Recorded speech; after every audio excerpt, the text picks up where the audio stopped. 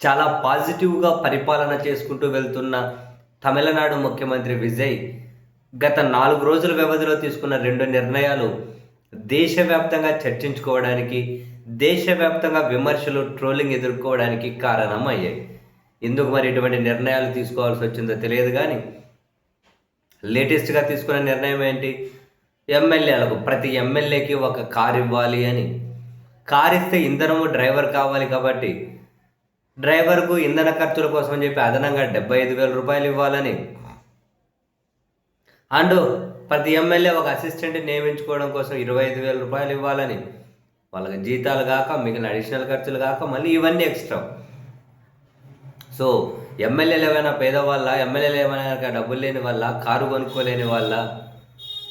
మరి అటువంటప్పుడు ప్రజాధనాన్ని ఇంత విచ్చలవిడిగా ఏ విధంగా ఖర్చు పెడుతున్నారు అని చెప్పి దేశవ్యాప్తంగా తీవ్ర విమర్శలు, ట్రోలింగ్ జరుగుతూ ఉంది తమిళనాడు ముఖ్యమంత్రి తీసుకున్న నిర్ణయం చుట్టూ. అండ్ మరొకటి చాలా అప్రజాస్వామిక నిర్ణయం.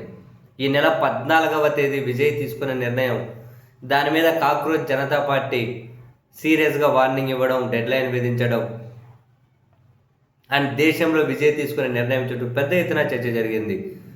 చివరికి న్యాయస్థానాల గడప దొక్కే వరకు పరిస్థితి వెళ్ళింది. ఏంటా నిర్ణయం?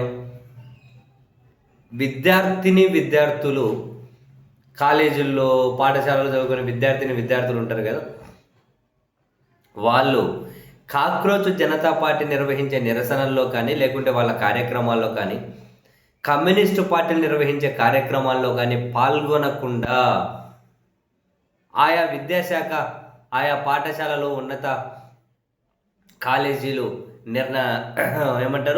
నిర్ణయాలు తీసుకోవాలి అని. అంటే విద్యార్థులు జన్ ఆల్ఫా, జన్జీ ఎవరైతే ఉన్నారో వీళ్ళు కాక్రోచ్ జనతా పార్టీ నిర్వహించే ఆందోళనలకు వెళ్ళకూడదట, వాళ్ళ కార్యక్రమాలకు వెళ్ళకూడదట.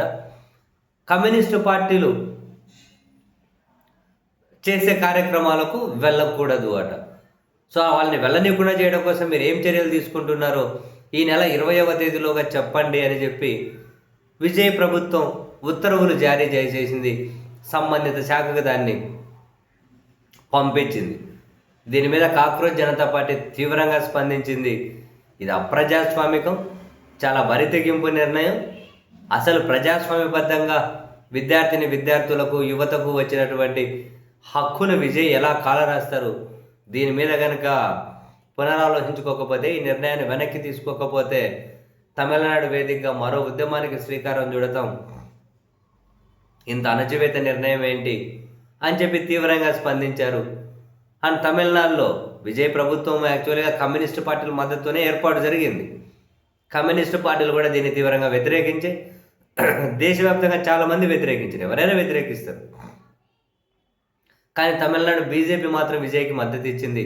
కాక్రోచులు, కమ్యూనిస్టులు ఇద్దరు అరాచక శక్తుల ఏజెంట్లని, వాళ్ళని అణచేయాలి అని చెప్పి. ఇంకా బీజేపీ రకరకాల రగిలిపోతూ ఉంటుంది కదా, ఎందుకంటే ప్రశ్నించే వాళ్ళైనా, లాజికల్గా మాట్లాడే వాళ్ళైనా, సమన్యాయం, సమానత్వం కోరుకునే వాళ్ళైనా వీళ్ళకి సమానంగా నచ్చారు. సో ఇది ఒక దారుణమైన నిర్ణయం. చివరికి ఎట్టకేలకు విజయ్ ప్రభుత్వం దాన్ని వెనక్కి తీసుకుంది, ఆ జీవోలను వెనక్కి తీసుకుంది. అది కరెక్ట్ కాదు. సో తీవ్రమైన చర్చ దేశంలో జరుగుతుంది, విమర్శలు వస్తూ ఉన్నాయి. ఒక అప్రజాస్వామిక నిర్ణయం లాగే కనిపిస్తోంది అని విజయ్ ప్రభుత్వం తొందరనే రియలైజ్ అయినట్లుంది. ఆ ఉత్తర్వులు వెనక్కి తీసుకుంది. అటువంటి ఉత్తర్వులు ఇవ్వడం ఎందుకు? దేశవ్యాప్తంగా విమర్శలు, ట్రోలింగ్ ఎదుర్కోవడం ఎందుకు? మళ్ళీ వెనక్కి తీసుకోవడం ఎందుకు? ఒక పౌరుడి హక్కుని ఏ విధంగా కాలరాస్తారు? ఎవరైనా ఎలా కాలరాస్తారు? విజయ్ మరి అటువంటి నిర్ణయం ఎందుకు తీసుకున్నారో తెలియదు. అండ్ తాజాగా ఎమ్మెల్యేలకు ఇన్ని సౌకర్యాలు కల్పించుకుంటూ తీసుకున్న నిర్ణయం కూడా తీవ్ర చర్చకు దారితీసింది. మరి ఈ నిర్ణయం మీద స్టాండ్ అయి ఉంటారో, లేకుంటే దీని మీద కూడా వెనక్కి పోతారో తెలియదు.